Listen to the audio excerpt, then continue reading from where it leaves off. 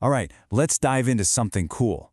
We're going to talk about the original blockbusters, the epic stories that blew people's minds way before movies were even a thing. So grab your headphones because we're about to listen in. Okay, so picture this. You've got a massive story you want to tell, full of heroes, villains, huge battles, the whole deal. But you have no cameras, no special effects, no costumes. How in the world do you pull that off? Well, a few hundred years back, some very clever composers figured it out. They came up with something called the Oratorio. And honestly, the best way to think about it is like a movie, but for your ears. It has everything you'd expect. Characters, drama, action. The only difference? It's all done with music. The entire story unfolds just through what you hear. So how do you actually build an entire blockbuster movie using only sound? Well, you need an amazing team. Let's break down the key players who make these audio movies happen, because each one has a really important job to do. First up on our team, you've got the soloists. These are your main characters. Your heroes and your villains. They're the individual voices that are going to drive the whole story. And these soloists have two main modes. First, they sing in a style called recitative, which is kind of like sung dialogue. It's how they move the plot forward, telling you what's happening. But then, when a character is overwhelmed with emotion, like they're super angry or falling in love, they bust out an aria. That's their big, emotional solo song where they just let it all out. But of course, a good story needs more than just a couple of main characters, right? You need crowds, you need narrators, you need a sense of scale. And that is where the choir comes in. The choir is awesome because it can be anything. It can be the voice of an entire angry mob, a choir of angels. Or it can even act as the narrator, setting the scene for us. When that whole group sings together, it creates these absolutely massive, dramatic moments. Seriously, think about the most epic music in a huge battle scene. That's the vibe the choir brings. And last but not least, we have the orchestra.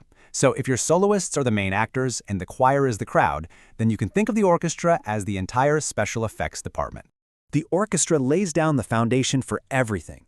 The strings can create that creepy, suspenseful feeling, the brass instruments can blast in to announce the arrival of a hero, and during the Romantic era, these orchestras just got bigger and more powerful, giving composers a ton of tools to paint these incredible sound pictures and set the perfect mood. Okay, so you've got this incredible team of musical storytellers, but who was actually writing these epic audio movies? Who are the masterminds calling all the shots? Well, the answer is the superstar composers from what we call the Romantic period. For real, you can think of them as the famous film directors of their time, and every single one of them had their own unique style. For example, you had Mendelssohn, who was all about clear, dramatic action. Then there's Schumann, who loved to get really deep and personal with the emotions. Brahms was a pro at mixing old-school styles with brand-new romantic feelings. And Liszt? Oh, he just went for it. Everything he did was huge, powerful, and totally epic. So we've got the team, and we've got the directors. But what were these audio blockbusters actually about? What kinds of stories were they telling? Well, they went for the big stuff. A lot of the stories came from the Bible or from history, but what they were really about were these giant human emotions that everyone can relate to. Things like faith, doubt, suffering, and hope. They often focused on a single hero's journey, and the whole point was to make the audience feel inspired and moved.